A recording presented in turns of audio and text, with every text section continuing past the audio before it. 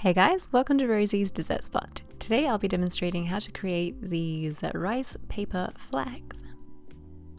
So you want to start with a bit of water in a plate that is deep and larger than your wafer paper.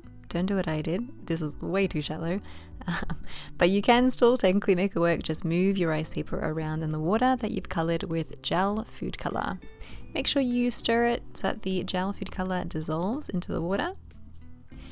I only really dunk it for a good 15 seconds and then I hold it in my hands until it becomes super wilted. From there you can pop it onto some crumpled baking paper or wax paper. Move it around until you're happy with the shape and then drop on some water that's been colored with a different colored gel food color. You can spin it on, move it around by shaking the little plate and then shake off any excess. I also use my finger to help move that color around. I feel like it just made a bit more of a softer look to the overall rice paper flag. Pop it aside and continue. I used about 8 or so in total. You can artificially create some folds in there to make it look a little bit more interesting. I have some that has a whole lot of purple and some that just has a little bit of purple. Crumple the baking paper underneath it to give it shape and then pop it into the oven at 100 degrees Celsius for about an hour until it's completely dry. When it is, it should come off your baking paper super easily. For the cake, I've used 2 6-inch cakes. Both of these are baked in 3-inch tall cake tins. I'm cutting them in half and stacking them together. I like to let my cakes set in the fridge overnight right after I bake them and then work with them the next day. They crumble less and they're just a lot more stable and easy to work with. For the buttercream, this is my hybrid buttercream recipe and I'll have it linked in the description box and in the eye icon.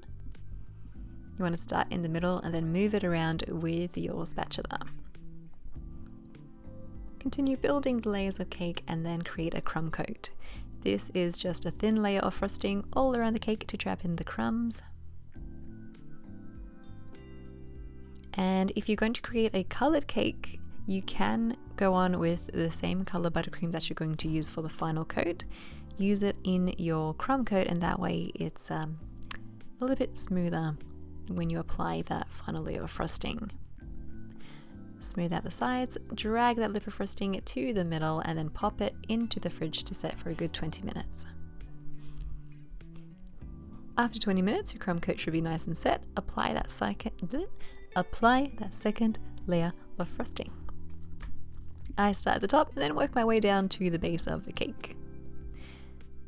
Smooth it again with your frosting scraper, repeating, just dragging that lip towards the middle and refrigerate again while we work on our second tier. You're following the exact same steps that we just did. However, my 4-inch cake has a 4-inch cake board underneath. Pop your top tier into the freezer this time for 20 minutes, just so it becomes really nice and solid. And then add 3 bubble tea straws in a triangular formation, cut flush with the top of the cake. Add a touch of buttercream and stick on your nice and solid top tier to your cake with buttercream. I released it from the temporary baseboard with a knife, placed it onto my spatula and lifted it, centered it and then gently pulled out the spatula.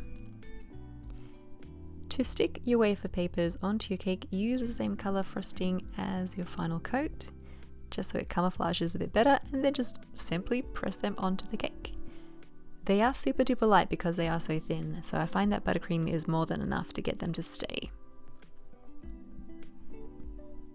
If you want, you can cut them down. One of them I actually took a scissors and cut it through the middle and use the offcuts to kind of fill in between the flags. Add some to the top as well for a bit more life and height for your cake. And then as a finishing touch, I've taken some edible gold luster dust. I highly recommend the Rollcomb brand, the Super Gold, some rosewater spirit to make a paint, and painting it along the top edge of each flag, and also any veiny raised sections within the flag as well. Just really helps to make those pop.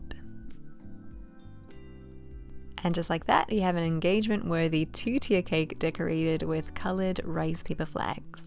I hope you guys enjoyed this cake decorating tutorial and give it a go. If you do, hashtag Rosie's Dessert Spot so I can check out your awesome creations. I really would love to see what colours you work with here. I think the sky is the limit with these ones. Thank you guys so much for watching, and yeah, we'll catch you again in the next one. Ciao for now.